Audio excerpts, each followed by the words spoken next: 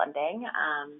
So it's really exciting that we get to hear from him today and hear about some guidance on how to fully prepare for a small business loan.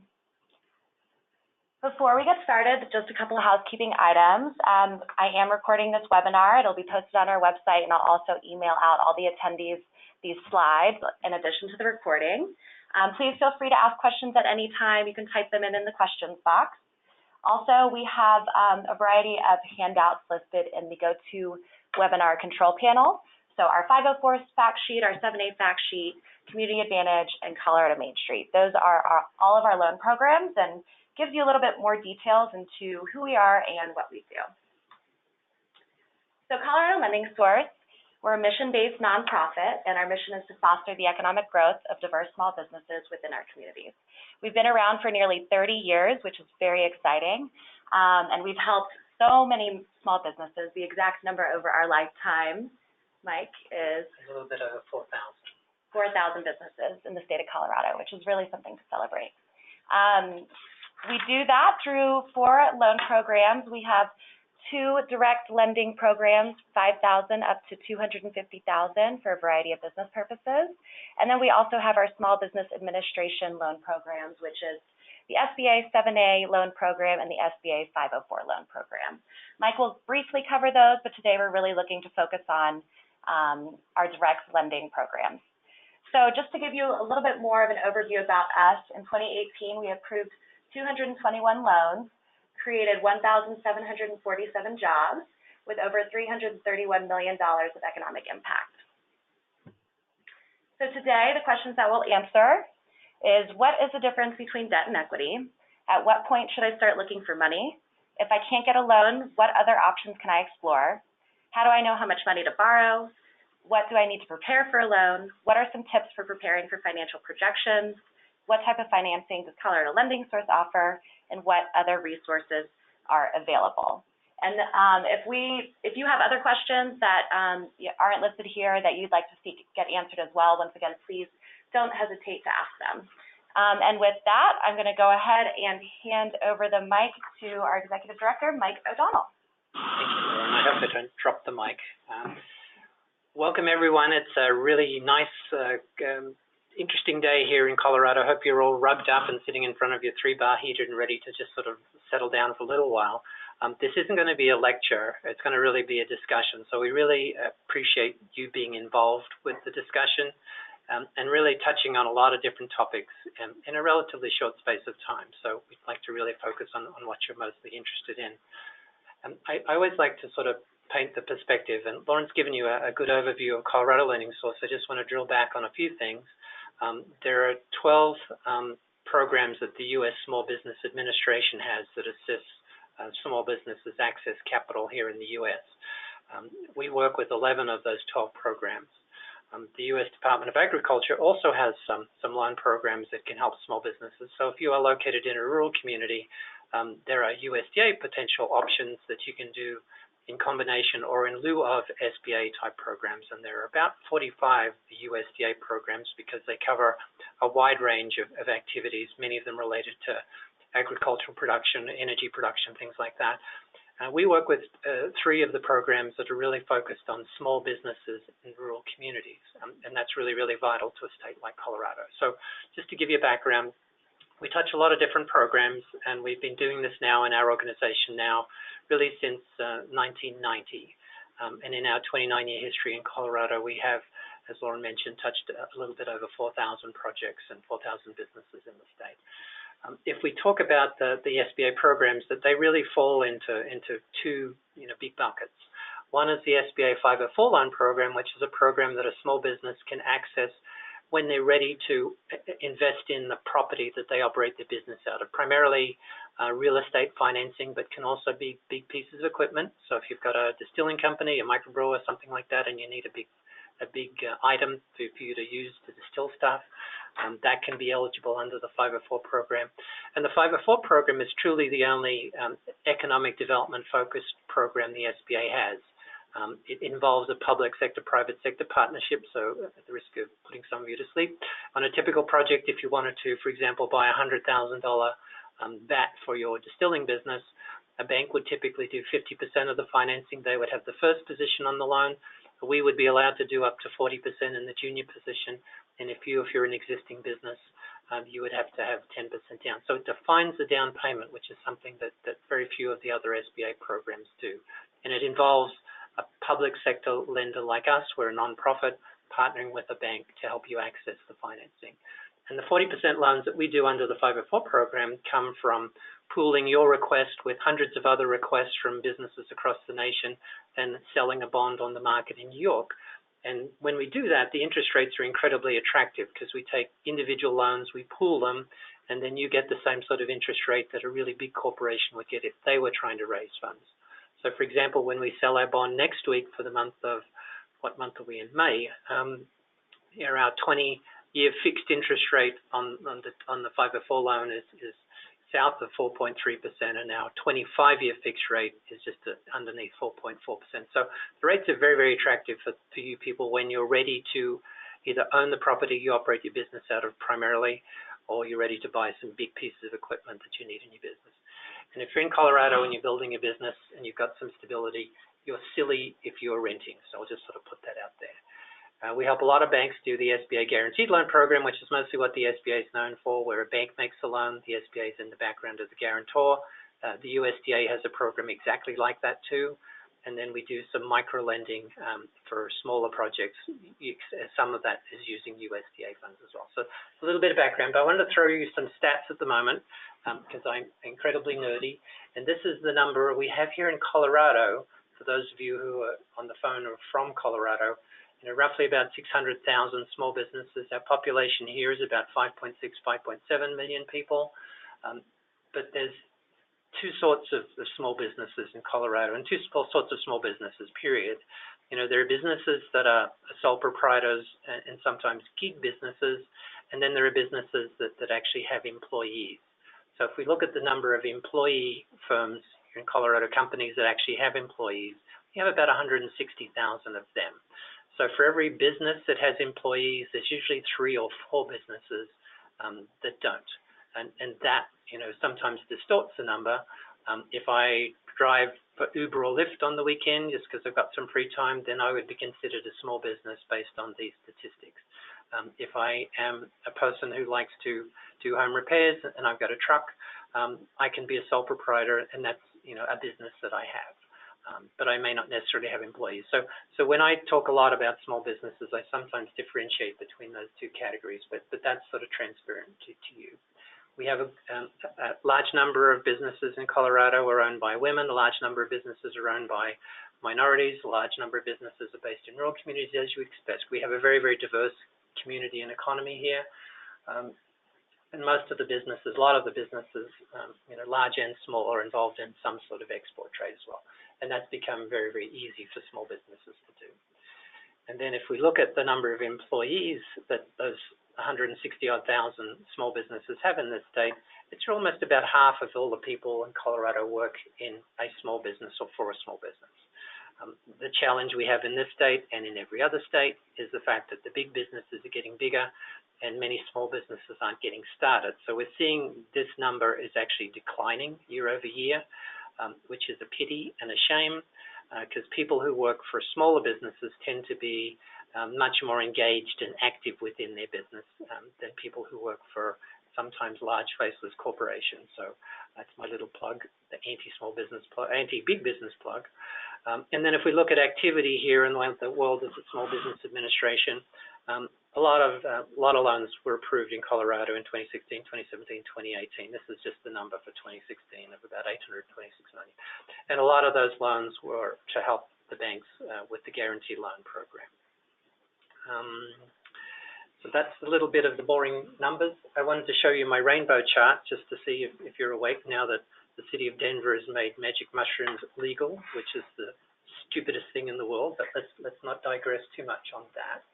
But I thought I'd show you a non-magic mushroom chart. What this shows is that for businesses that do have employees, when they start, the survivability rate is incredibly predictable. These are numbers that date back to '94, which was the earliest stats we have using Bureau of Labor Statistics information.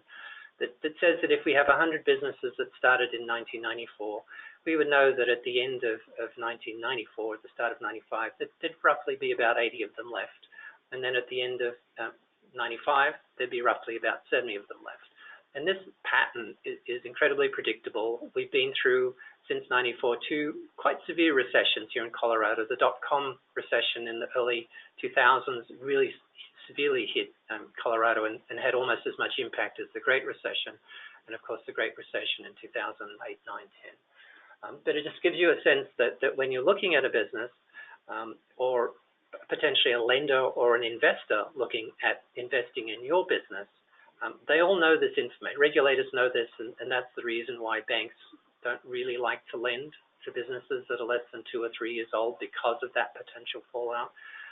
We nonprofit lenders, understand this chart as well, but there's if all you're using are some metrics like a credit score and collateral, it's really hard to predict whether someone is going to be around in a few years. If you really get to understand the business and understand their model and the purpose behind the business, I would argue that it's not that hard to pick the 5 businesses out of the 10 that start today that will still be around in 5 years. We're starting to see, as we get since the Great Recession, some of the businesses are leaving a little bit early, and that could be due to acquisition. It could be due to all sorts of reasons. And this, again, I reiterate, is the number for businesses that have employees. If you look at the survival rates of the people that don't have employees, which are very hard numbers to come up with, by the way, intuitively they are much, the survival rate is much, much less than this. I would suggest it might even be 50% of the businesses that start today might be around next year. And then I wanted to just add you just one chart to emphasize the importance of entrepreneurship and startups and businesses, especially here in Colorado. So we had about 60,000 new jobs started in Colorado in the 12 months ended March of last year. The new businesses with employees created 66,000 jobs in that year. So more than 100% of all the jobs being created in Colorado every year, and that has been the case for the last couple of decades, are being created by entrepreneurs. And the challenge, the pity that we have is essentially as small businesses aren't getting started at the rate they used to, and as they're not employing as many people as they used to, we are seeing fewer and fewer of these jobs being created every year in Colorado, which again is just looking at the numbers and just communicating to you the fact that established businesses, big businesses, aren't really adding much to the economy of Colorado. All of the activity in Colorado is coming from early stage startups and all of the businesses that hopefully you guys are looking at exploring. So now we have a really nice picture. If you need to buy a watch, and this is at Fortec Watches, so look up Fortec and buy a watch from RT and his team, which is a project that we helped with 2 of our direct loan programs. We helped them with the Main Street Loan Program, which was a small loan that they used to help with their second Kickstarter campaign.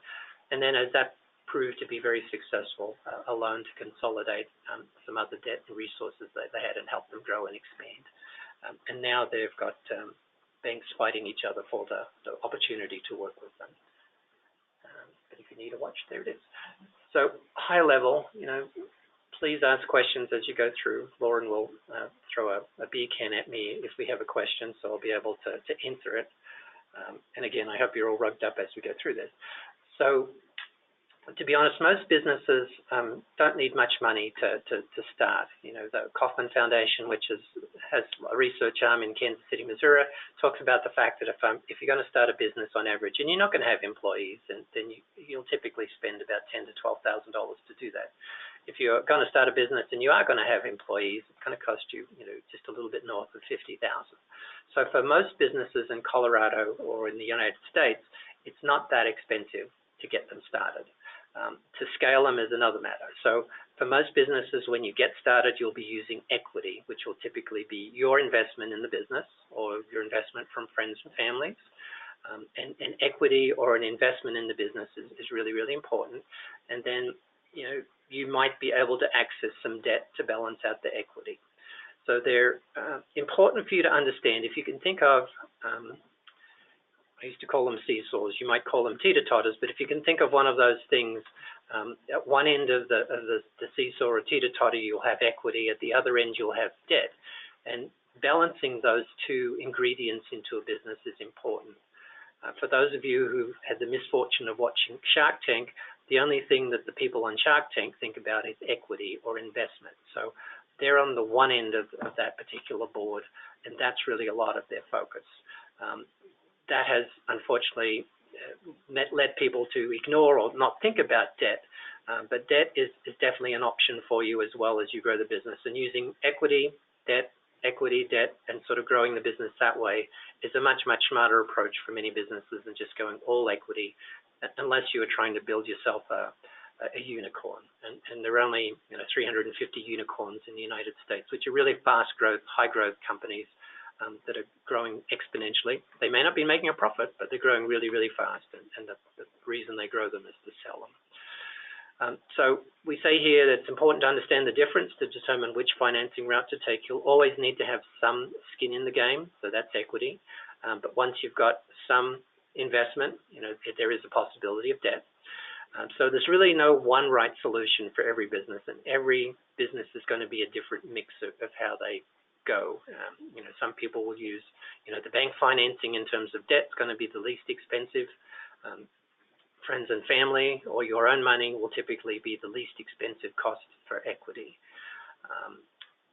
And there's lots of, unfortunately, in this industry because, with the American dream is, aside from owning your own house, it's to own your own business.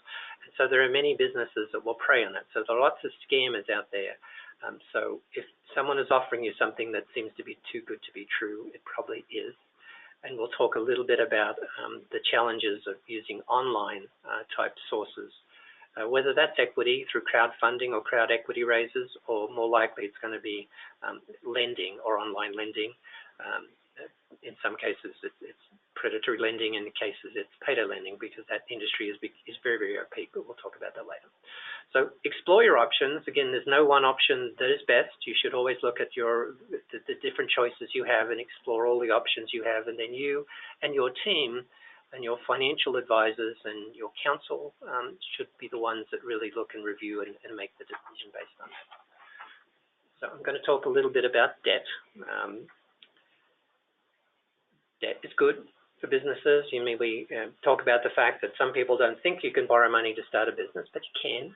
And again, those of you who've been watching Shark Tank wouldn't know that debt existed. From a bank's perspective, because banks are regulated, risk of segueing, we have 3 different regulators working with the banking industry in the United States. And sometimes they're on the same page, sometimes they're not. And even within one regulator, they have different sorts of regulators. And so some regulator might tell the bank to do this, and their opposite end of that regulator might tell them not to do that. So banks will always err on the side of conservatism because there are so many people telling them what they can and can't do. Banks don't like to take on risk, and so they use something called the 5 C's of credit.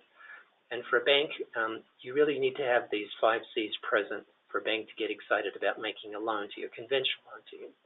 So they need to know about you as a person, and regulators and banks are pretty lazy. They use your credit score number as really an indication of really understanding the character that you have.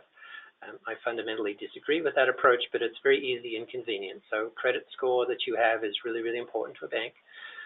Banks will make loans to you if you can show them that you have collateral. That's something that's equal value to the loan that they're making. So if you want to borrow $100,000 to build a website, the website has no value to anyone else. But if you wanted to borrow $100,000 to buy, a big vat for your distilling company, that has value. So that could be most of the collateral for that loan. And a bank would like to see like a 1-to-1. So if you buy a big distilling vat for $100,000, the bank's going to estimate it's only going to be worth $75,000 if they had to take it back and sell it. So they'll be looking for something else worth $25,000. If you borrow $100,000 to build a website, you'll want to have something else that's worth $100,000 that gets the banks excited about lending to you. Cash flow is essentially the bank wants you to demonstrate that historically you can service the debt you're about to take. So banks like to look backwards. You look forward. We non-profit lenders like to look forward, so we can explore that with you. But from a banker's perspective, they like you to show that historically you can support the debt you're about to take on. Capacity is really all to do with cash flow as well too, and conditions is what's going on in the market. And during the Great Recession here in Colorado, it didn't matter what your business was, what collateral you had, how much cash flow historically you could show. The conditions were shot, and so they wouldn't make a loan to you, period. Now, the role of a program or a government enhancement like the Small Business Administration or the USDA program is typically to mitigate one, very occasionally two of these Cs. And the one that's most frequently mitigated with the SBA and USDA is the collateral. Absence of collateral is not a reason to decline a request for an SBA loan. But most of the SBA loans go through banks, so you have to convince the bank sometimes that that's the case. The other one that helps is cash flow. The SBA program does help start up early stage businesses, and obviously you don't have historical coverage or historical evidence of your ability to service the debt. So cash flow can be mitigated as well too, sometimes in conjunction with collateral, but typically you'll only see one of those two let go for the purpose of SBA, USDA. We nonprofit lenders have that flexibility with some of our direct loan programs to look at either 4 or occasionally 3 Cs of credit. But this is really the fundamental building blocks of bank lending, and unless you've got the 5 Cs, it's really hard to get a regular traditional bank loan, which, as I mentioned, is usually the cheapest form of debt out there. And if you're looking at an SBA loan, you can get by with 4 of them. So most lenders will require you to put down collateral. Could be a house, car, personal assets. And again, this is what the bank has in their back pocket should you default. If we look at defaults in the banking system, very, very small percentage of the loans they make are actually in default, and a much, much smaller percentage than has ever been the case in the banking system. And that's really an effect of the fact that the banking system is incredibly conservative these days.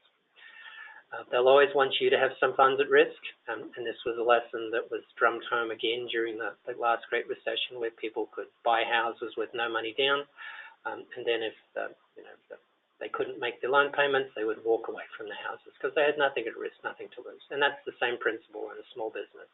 If you've got nothing at risk, you're less likely to fight to keep the business alive when things get tough than if you do have money at risk. So it's just a simple approach. Banks, the cash flow is that they want you to demonstrate that how you're going to pay back the loan. And again, it's easy for a bank to look backwards to see how you could have done it. We nonprofit lenders are willing to work forward and see how you plan to do it, understanding your assumptions and what you're using to identify that you're going to get back those funds. We have the world out there of accredited lenders and accredited investors and non-accredited investors, and I won't sort of bother you with that, but anyone can lend funds to you. You can't really go out and solicit funds. There are some rules around that. There are some crowd lending type platforms. There are lots of online or fintech type businesses that will make loans to you. They typically don't like to work with startup businesses, and they're really making a loan to you on a personal basis, although it's probably not called a loan. But there are lots of sources out there. Again, the banking system, given its strength and its regulation, is still the least expensive, typically, form of debt, unless you've got a great aunt who just really believes passionately about your business and is happy to lend you a chunk of change for nothing or a little bit of something. Advantages of debt. There are advantages and disadvantages. The advantages are, it's the money comes to you and it's your money. So essentially no one's telling you what to do with it. You've got typically predictable loan payments, less so if the loan that you have is a variable rate loan, and banks typically don't like to fix the interest rate on loans to businesses. But it really depends on how variable that loan is. We're in an environment now where interest rates have been increasing, reasonably predictably the last few years, that they should probably stay flat this year. There are calls to actually have them start to drop a little bit, but the reality is that the interest rates are going to be sort of fairly predictable for the foreseeable future. Although there's another thing for you to be concerned about here is if you get a loan that's a fully amortizing fixed rate loan, that's very different from a fully amortizing variable rate loan, even if the interest rate is exactly the same, because there's a different calculation. So if you have a variable rate loan, even if the loan never adjusts in terms of the rates, you pay a chunk more interest on that loan than if you would be paying a fully fixed rate loan. So that's something for you also, nerdy viewers on the phone, to actually explore one day or ask a question about. So the lenders aren't, telling you what to do. They don't have any control ownership. They can have covenants in the loan, so they might have some ways of directing what you do. If you're looking to grow and scale your business, debt is always going to be less expensive in the long run than giving up a chunk of your business to someone else.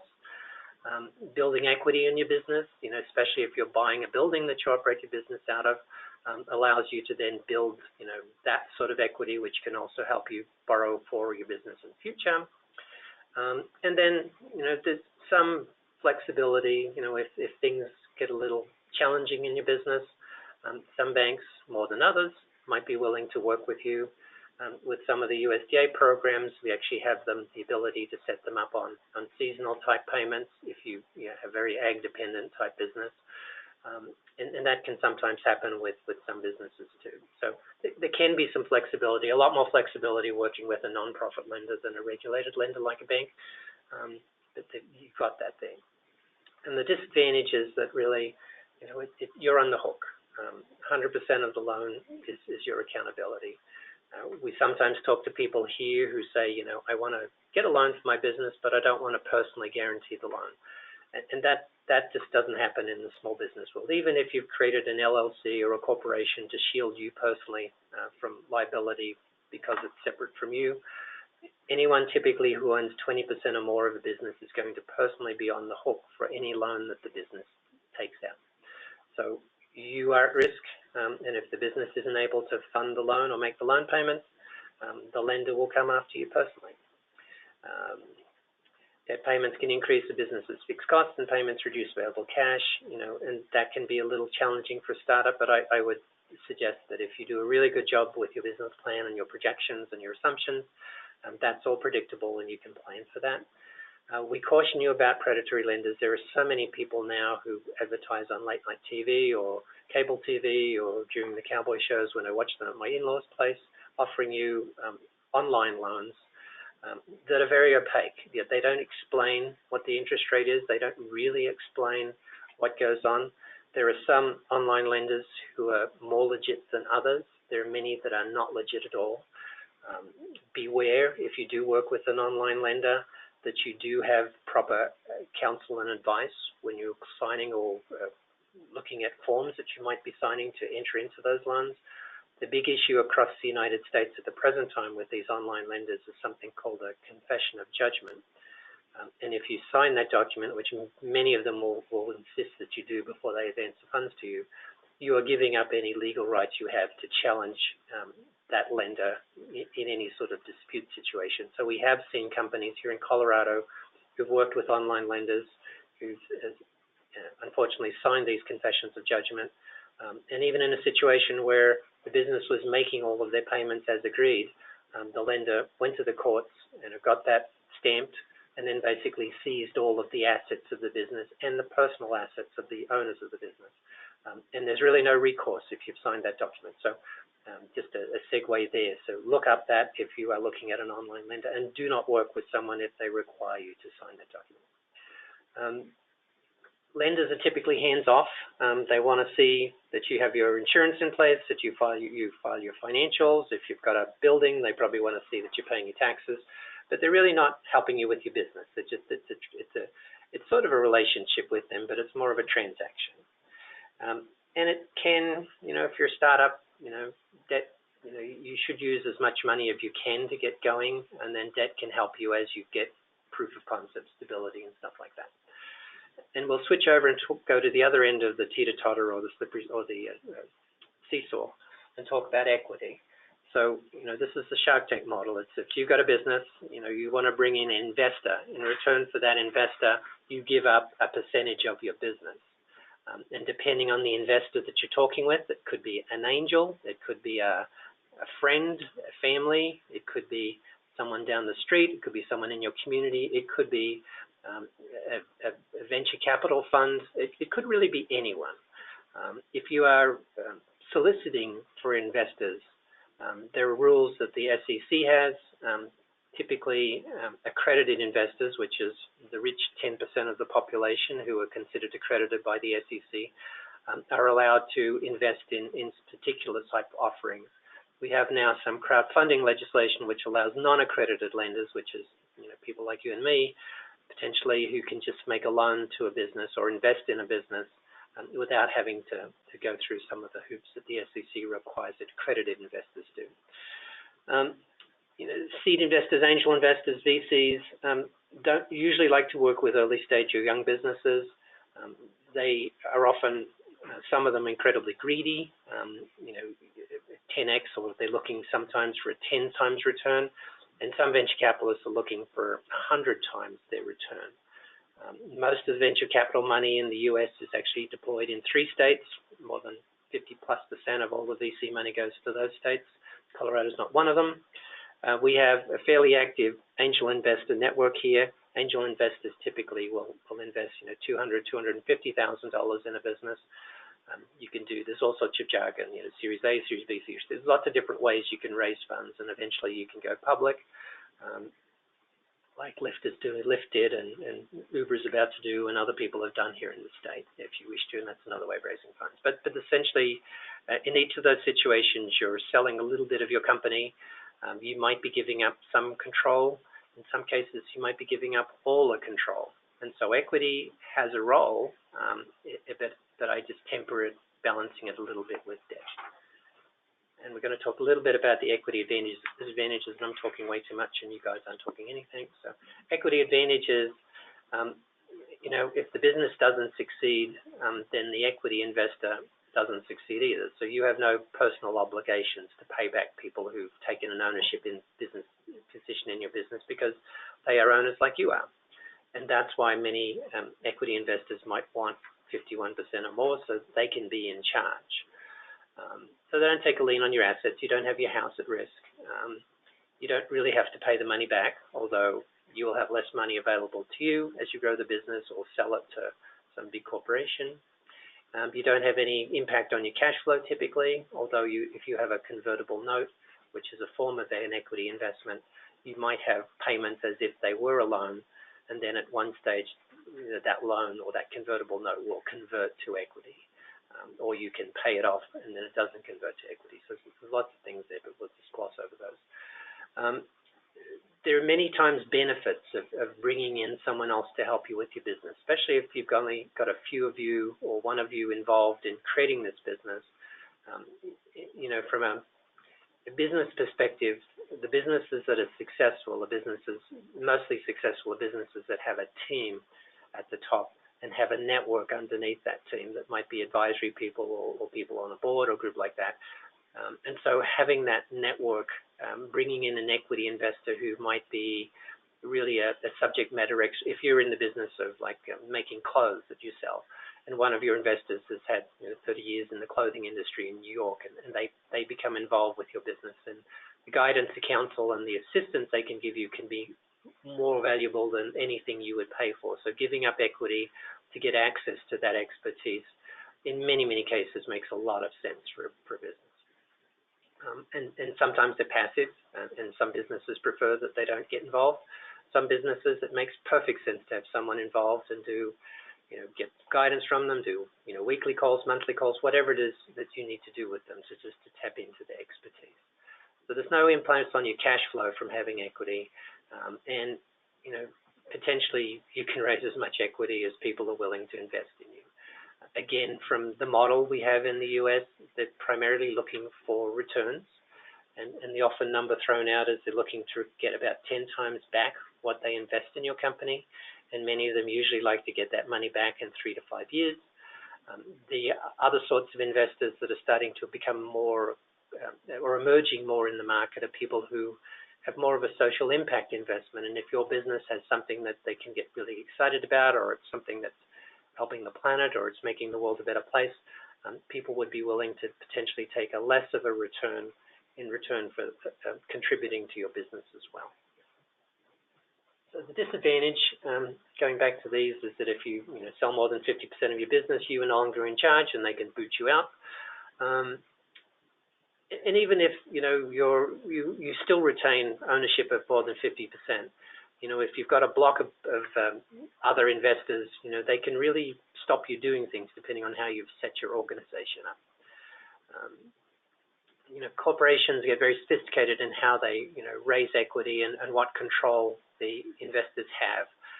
It's fairly common in the US now for new companies incorporating on the stock exchanges to really limit the ability of their shareholders to really have any influence or say in how the company works. But that's for the, you know, the big league. If you are a small company and you're raising funds from, as I said, your network or your friends and family or your community, you're likely to have people who really want to direct you and influence you. And I've seen this a lot over my lengthy, you know, career, in the sense that sometimes entrepreneurs who are inventors might be really good at creating a business or a concept. They're not very good at running a business or executing on the concept. And so bringing in investors is really the best way for those firms to grow and develop. But the inventor or entrepreneur usually ends up with a fairly minor stake in the business. But that's a minor stake in a big business is better than no stake in a small business. So, and it takes time to raise funds for equity investment, unless, again, you've got some really rich relatives who have just won Powerball and are looking for something to park their money somewhere. So who knows?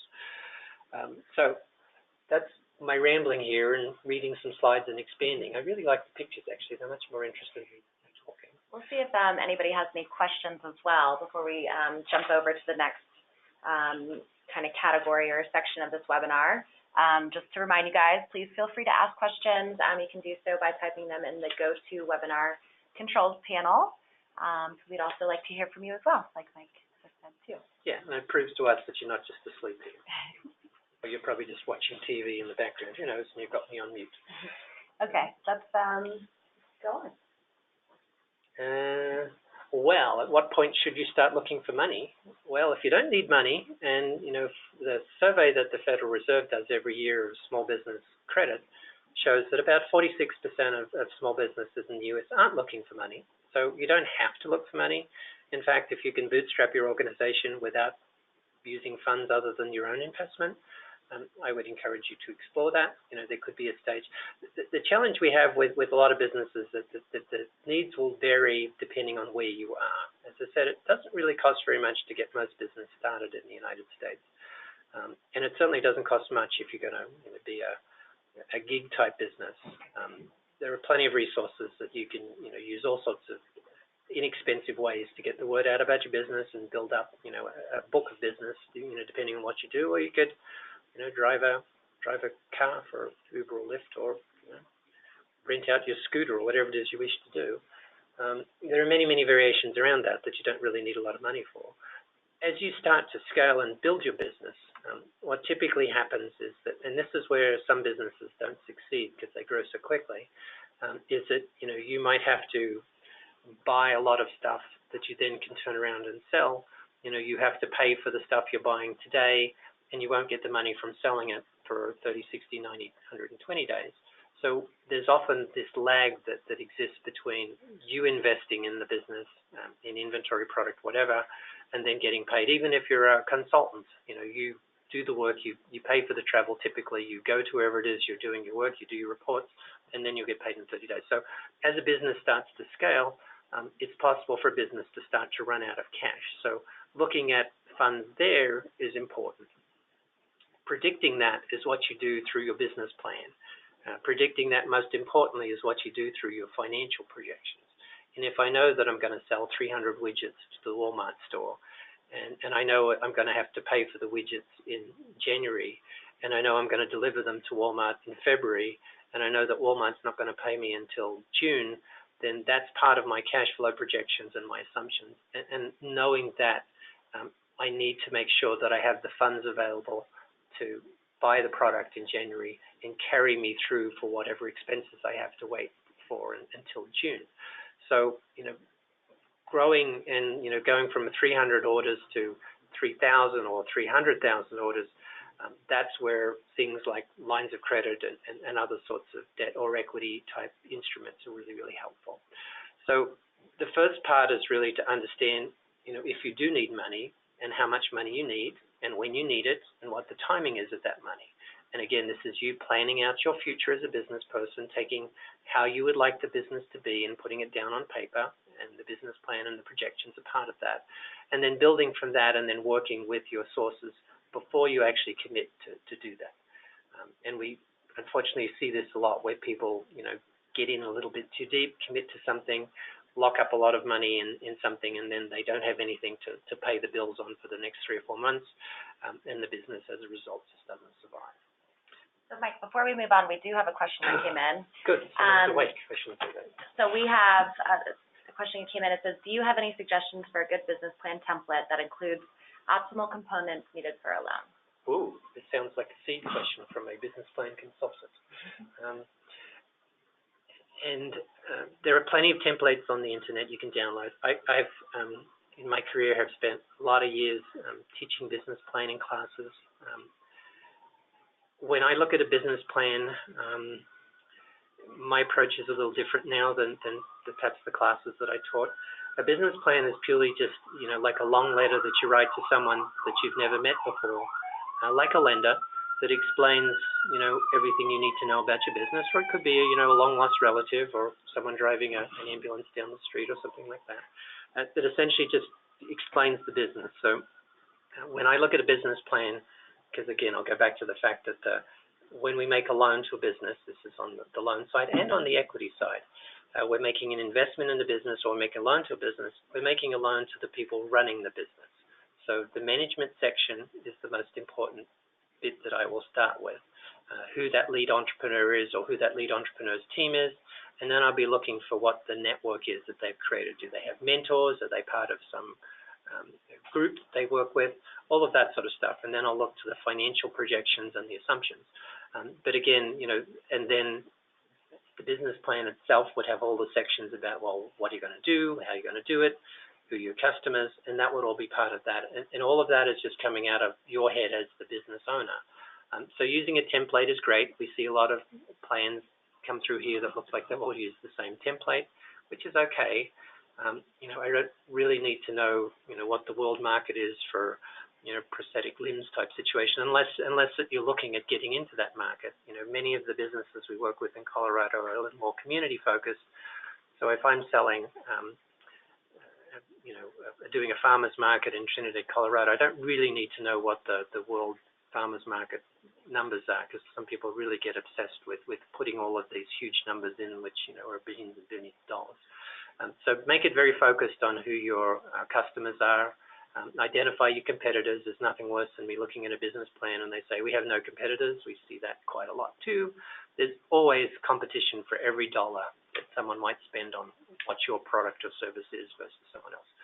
So my long rambling answer to your question is there are plenty out there. There's no one perfect business plan. The business plan doesn't need to be 300 pages. It probably needs to be a little bit more than 2 pages. But from my perspective, when I look at applications that come in for our loans, I will really start with that management section, who else is involved, who's their advisors, and then really look at the cash flow projections and the assumptions that are driving those. And from those assumptions and cash flow, you pull that information back into the business plan to say that, well, if I'm going to sell 300 widgets, who am I going to sell it to? How am I going to get in the front door at Walmart to sell to them? All of those sorts of things. So a long answer to your question, but there's really no perfect business plan. And many people now are using business canvases, which do just the same job. And many people we see now have pitch decks, which are just variations on business plans. And a pitch deck, covers a lot of the same sort of things that a business plan does, but covers it more in a visual sort of sense. With, again, a focus on the team, a focus on, the background of the entrepreneurs, their passion.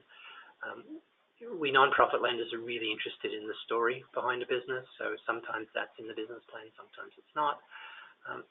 So a long answer to your question, but if you want to send in a business plan, I'll tell you whether I like it or not. Let me say that. Okay. Does that help? I think it might help, yeah. Okay. Okay. Put a thumbs up or a thumbs down. And preparing, where to get to? So preparing for a loan or an investment, again, they're very similar in terms of, what you're looking for. Again, the investors will want a lot more in terms of back from you over time, but they won't want it straight away. They'll just want it at the end. Lenders want the money back, monthly. If you're working with one of those online predatory type lenders, they want it back daily, which I really, really caution you on. No one should do daily loan payments for business. So looking at a business plan, you can get a lot of feedback from your plan for free from small business development centers. We have a great network in Colorado, SCORE, who are volunteers, and they're often located, the one here in Denver is located inside the Small Business Administration's office, but there are groups in Colorado Springs as well as Fort Collins. And the MiCasa Resource Center is originally a women's resource center, but reaches out to all sorts of people to help them prepare for their businesses. Many of those resources have classes on business plans, such as the one I used to teach in the olden days. And there's programs like Leading Edge, which many of the SBDCs offer, or Fast Track, which some of them offer, which will take you through the process step by step of how to build a business plan and testing your stuff. We here in Colorado Lending Source have a program called the Ice House, which doesn't teach business planning, but teaches you the entrepreneurial mindset that you need to be successful in your business, and really helps you test products so that you can get to the stage where you can really, really successfully build out your business plan. Get your financials in order. We see that a lot. I was just talking with someone here a little while ago about a project that someone has asked us to consider funding, but their accounting is a mess. And until they can work with their bookkeeper or CPA to get that under control so we can actually see what they did last year, we really, really can't help them. And one of our very first micro loans, we worked with a gentleman who's, I remember looking at his financial information that he sent to us, and it showed us that, he was, everything he sold for $1 was costing him $1.20. And that was just the fact that he really didn't understand his QuickBooks program and what he was doing. So we actually referred him back to the local Small Business Development Center, and they worked with one of their counselors to try and work with the local accountant to get him under control. So when he came back a few months later, we were able to make a loan to him because we could actually see what he was doing as opposed to what he thought he was doing. So again, I can't stress that. And even as an existing business moving forward, one of the things we'll ask you if we're looking at making a loan with you is who's going to help you with your financials. Lead entrepreneurs, inventor entrepreneurs are really, really good at concepts or products. They're not always have the expertise or the detail to actually keep track of all of the numbers, but I can't stress how important that is. If you do not have good numbers, if they're not numbers that we can rely on, then you're never going to get a loan from any sort of group. You might be able to trick an investor, but even the investors are incredibly sophisticated now in what they're looking for, and they will ask as many questions, if not more questions, than a banker will. For most institutions, your credit score is important. You can get your credit score for free. Many companies now offer it as part of the services they offer you with credit cards and stuff like that. So understanding where your credit score sits is important, because many banks, especially the bigger banks, it really won't work with you if you have a score under a certain number. And although we non-profit lenders pretend that credit score isn't as important as it is for the banks, some in our industry are still very focused on the credit score. Again, I'm a little bit of a credit score cynic. There's a way, if my credit is messed up because I've been helping some elderly parents with some hospital bills, that's very different from me just going out and buying a Lamborghini and then defaulting on the loan. So there's lots of different reasons why your credit score might be up or down. So if it is a little bit lower, having a good explanation is important. And if it's a little bit lower, then there are plenty of good resources, and I would recommend the non-profit resources to help you repair your credit score. So in Colorado, we have a great group called Empowered, and there are several other organizations like that in the state, in different parts of the state, to assist you. Don't pay anyone to do that. Just please don't do that. It's essentially, really understanding your industry, and much of that is driven by passion. I quote a statistic that annoys the bankers in the rooms that I'm in, that about a third of all of the Fortune 500 companies were started by people who had no experience in that industry at all. So I'm not necessarily advocating that you become an expert in the industry that you are starting, but you need to surround yourself with people who are. So if I want to start a fast food restaurant, it would be silly for me not to have worked in a fast food restaurant for multiple years, or managed one, or helped operate them, or helped start them for someone before I start my own. So those sorts of businesses, you really need that. If I want to be a a brain surgeon, then I obviously have to go to school and develop those sorts of skills. But the one thing that they don't really do a very good job teaching professionals at those schools is how to run businesses.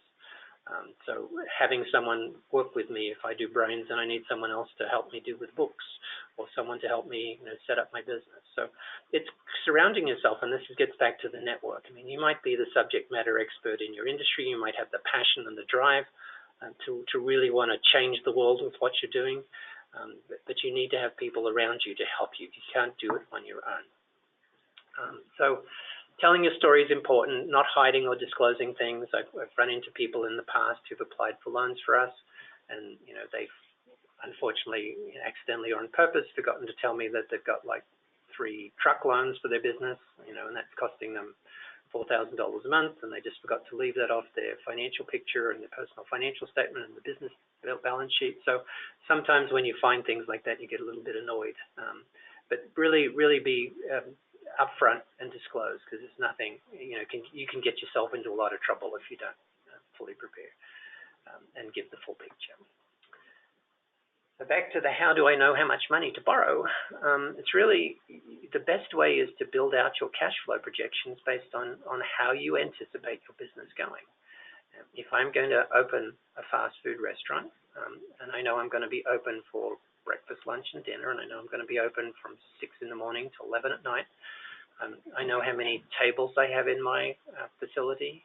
I know how many, perhaps I can estimate how many, I can find out how many cars drive by the place every day, and I can estimate from that, based on industry numbers, how many of those cars might call in to buy some stuff.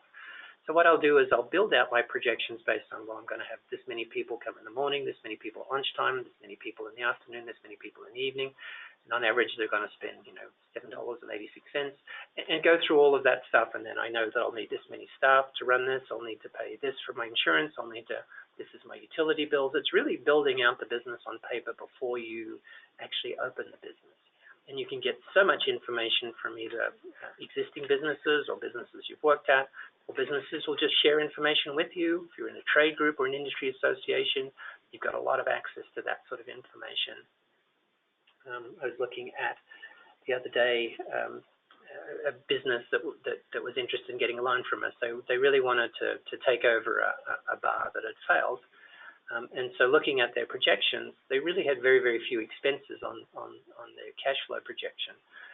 So a little bit of research, and I could find a list of the top 10 expenses for most bars in the United States. And so we looked at things like insurance, we looked at things like security, we looked at things like repairs, and a lot of those things weren't really given much value on the plan that we were looking at. So in the discussions that ensued and followed, it was really fairly obvious to me that these people hadn't really thought through the process of thinking about how much the business would cost to run. And the big issue that was really the tipping point for me, and the pun intended, was that they were expecting to get something like 3,000 people a month through the doors to drink, and to this many beers and this many liquors and this many cocktail type drinks, and I'm going to have this many concerts. And then they had something like $50 a month for cleaning and repairs and maintenance of their restrooms, which I just thought was so out of whack. And I'm too old to go to these sort of places anymore, but I imagine that they go through more than $50 worth of toilet paper in a night, let alone, what you have to do to clean up after someone's had one too many cocktails. So we had this little discussion with them, but they thought I was smoking magic mushrooms, so we agreed to differ. But really, unless you can convince a lender that you've thought through this whole process and can really, really understand, that you're going to pay the insurance in April and it's going to be this much. I'm going to have a live concert in June and we're going to put it on the patio. I'm going to have some security for that. And I'm going to have to bring the cleaner back, twice during that particular weekend. Those sorts of things are really what I'm looking for, and maybe in your head, but really don't need to be in your head as much as they need to be down on a piece of paper. And the cash flow assumptions, to me, are the most important thing, in addition to the projections and the business plan. That's my little diatribe on that. It's really, again, if you can't get out of your head how you plan to grow your business and you don't know where you want the business to go, you're really not a very good candidate for a lender or an investor. It's the Alice in Wonderland. If you don't know where you want to go, any road will take you there. And that's what the primary reason why of those 100 businesses that start in Colorado today with employees, there's only going to be 80 of them here within a year, actually 78 in Colorado, 79 nationally, so we're a little bit higher default rate, or not default rate, but non-survival rate. And I would tell you that the reason those 20-odd businesses are no longer here in a year is because they don't know where they want to be in a year. And it's really, not much more complicated than that. And having someone really to present the why you've developed the plans and the projections that you do. And I'm running out of time, so I'm talking too much. So let's jump through the next thing. We talked a little bit about who we do. We do have, again, the best source, that typically you'll approach a bank if you need some debt financing inexpensively. If the bank doesn't think you're ready for the conventional process, they might invoke the SBA programs, either the guarantee or the 504 program. If they're involving the 504 program, they may then partner with us to help you get a 504 loan. And that's great. If we are their back office SBA team, which we are for a bunch of banks in Colorado, you may never know that we're helping the bank do their SBA loan. And then if you can't get a loan from a bank, we are an option too. We have our micro program we call the Colorado Main Street program, loans up to $50,000. And then from $50,000 to $250,000, we have Community Advantage, which is an SBA-backed program specifically for nonprofits like us. So for both those programs, we go out and borrow funds, and then we turn around and lend them to you. And the intent there is that you get a loan from us to get you started. We'll help you build credit by reporting to the credit agencies. And after 2 or 3 years, when you're past that critical time for a bank to know that so many businesses will disappear, then we'd like to try and push you back into the banking system, because it will be less expensive for you to deal with the bank than it will be to work with someone who borrows from a bank and then lends to you. So that's just a quick overview of that. And why we're different is that we are very friendly and flexible in the sense we lend a lot to projection type businesses. Almost 75% of our microloans are to startups. And I would put that number up against any other nonprofit lender in the country. Mostly nonprofit lenders don't like to work with startups because of the same reason banks don't. We like projections-based deal if we can see that the character of the applicant is strong enough for us to lend to. There's a passion, there's a story. If you just want a loan to buy some crap from China and sell it at a farmer's market or a flea market here, you're not going to get a loan from us. But if you're looking for a business that's really interested in investing and creating community around what they do, then that's something we would be excited to do. It's again, we have a little, when we work with the SBA programs, we have a few more constraints because the SBA programs are primarily credit scored, but our microloan program is really character-based lending. And with our character-based lending programs and our Community Advantage program, we're really emphasizing trying to help what are called underserved or excluded populations. So, women own 39% of all the businesses in the United States, but they only get about 17% of SBA loans. So we're trying to redress that with our Main Street and Community Advantage loans. We like to work with people in rural communities because they tend to be ignored by a lot of the lenders because they just don't have a presence out there. New businesses, as I mentioned, are risky for banks to lend to. The regulators do not like them to lend to startups, early stage businesses, so they get ignored a lot. The online lenders will lend with you potentially if you're strong personally, but typically like a business to be around for a year or two. So lots of different areas that we'd like to work with, especially minorities in Colorado. We have about 24% of our state is minority, and that percentage is growing rapidly. We don't do a good job in our state really lending to the minorities we'd like to, but we're building on that. And eligibility, again, we typically like to work with for-profit businesses, although funds we borrowed from the USDA can be used to help nonprofits in rural communities. We have different terms and eligibility. We like to see it's primarily, you're not too big. If you're Ted Turner, you probably shouldn't be applying for a loan with us. We have different restrictions around, what your, we like to make a loan to someone if you can demonstrate you need the money, not just because you want to get it because you can get it type situation. So we'll jump over that, and then we'll talk about, the terms. Typically, our Community Advantage loans are 10-year terms, fully amortizing. Tends to be a variable rate because the funds we borrow from the banks are variable. Our microloans, the Main Street loans, tend to be 8-year fixed-rate loans because the funds we get from that are a lot more predictable and tend to be fixed-rate loans. We'll typically want personal guarantees. We'll be very transparent in terms of everything we look at. We don't have any minimum credit scores that would preclude you from applying. If the credit scores are below 600, we would like just an explanation. Our application process, we'll jump through quickly because I've been waffling on too long, is that if you are a startup business, we'd like to meet with you or at least review your business plan first. And then we might have some suggestions or recommendations for you.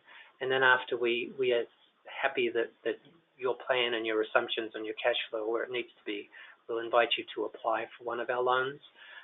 And the direct loans will take you through an internal presentation where you'll get a chance to practice your pitching. And then once we get you through that process, we'll do a write-up of your loan to present to the board committee. And our timing really depends on how you get your act together and getting all of that thing. But as I wrap up quickly, in terms of if you can't get a loan, there are plenty of resources in Colorado, and we're happy to refer you to. We are co-located in a building with Axion, which does a lot of small business loans in the state, and they mostly have an online process. Colorado Enterprise Fund is a great resource. It's what's called a Community Development Financial Institution, CDFI, does a lot of loans in the state and is certainly willing to work with you. They have more of an automated process. Ours is a little higher touch. The Rocky Mountain Microfinance Institute, if you go through their boot camp situation, which is primarily for underserved small businesses, you'll be able to access capital through that group. SED is a wonderful CDFI that has a little bit of a focus on the immigrant and minority community and also works with people who are coming out of the prison system, but will make small business loans to all sorts of people. They're based in Eastern Denver, but they work across the whole community. And so there are plenty of other resources. And because I've been talking to myself too long here, I've overwrapped my time. But wrap up, if any last questions, and I'll be quiet. Thank you, Mike. Yeah, we're always available. Mike's contact information is here. I'll be following up with all of you in an email with these slides along with the recording of the presentation, which will also be posted on our website. So please feel free to ask away, give us a call. Let's see here. Hold on 1 second. Yep. Okay, great. Well, thank you, guys. We really enjoyed having you and hope to chat soon. Yes, and I thank you very much for your time today. Really appreciate that. So get out and enjoy creating a business and really, really be successful. And if we can help, we're happy to do so. Thank you so much. Thank you, guys.